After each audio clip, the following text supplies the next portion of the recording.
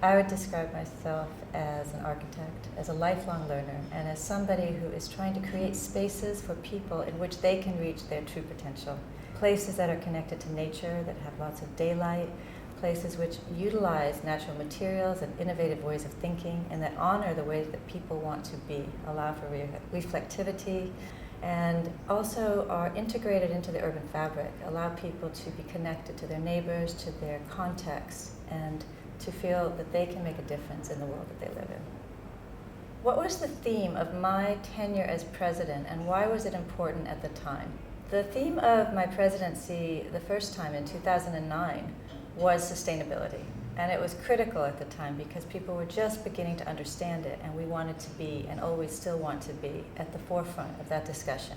The AIA serves to be a platform for sharing best practice and knowledge, and when sustainability was unrolling, we really wanted to be there. We ran multiple workshops, we did multiple discussion groups, and we wanted to really share how can we be doing sustainable work in an area of the world where so much is being constructed. What drew me to the practice of architecture? Many things did, but my father being an architect and my mother as an urban designer was a very solid base. They took me along, whether they were working on affordable housing or creating elderly spaces. I saw the difference that could be made by the way that we shape space, by the way that light comes into space, by the way that people feel their respect and honor within a space. And I realized that the way that people feel, how they can reach their true potential, is absolutely related to the kinds of spaces we create. What project best represents my work and why? I would answer that with two projects.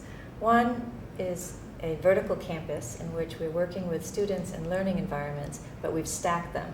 And the sun comes through and creates wonderful spaces using natural materials, but they're all connected, and people can find one another and really figure out how to use that space to their optimal.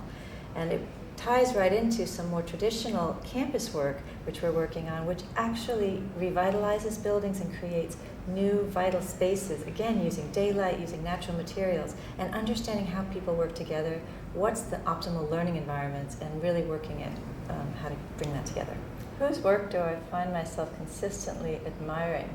I consistently admire the work that really resonates and stems from traditional Japanese design. I followed the original design work. Things like Katsura Rikyu have been incredible. And the people who have learned from that, like Frank Lloyd Wright, Fumihiko Maki, people who work with those amazing pieces, that integration of architecture and nature, and always creating places for people which get that kind of light, that integration, that's what I love. What do I think is the most exciting and important change going on in our industry today? What I think is one of the most exciting changes happening in our industry today are the new materials and the new technologies that are becoming available to us. When you think about Frank Lloyd Wright, Falling Water, and how the cantilevers changed how people thought about what you could do with architecture. Now we have these materials that can change the way we can meet our sustainable goals.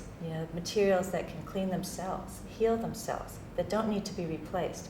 Materials that can span so long that we can create different ways of working and thinking about our space. These are exciting, and they offer a hope for the way we can build our future planet. What do I consider the most important thing that I've learned that every young architect should know?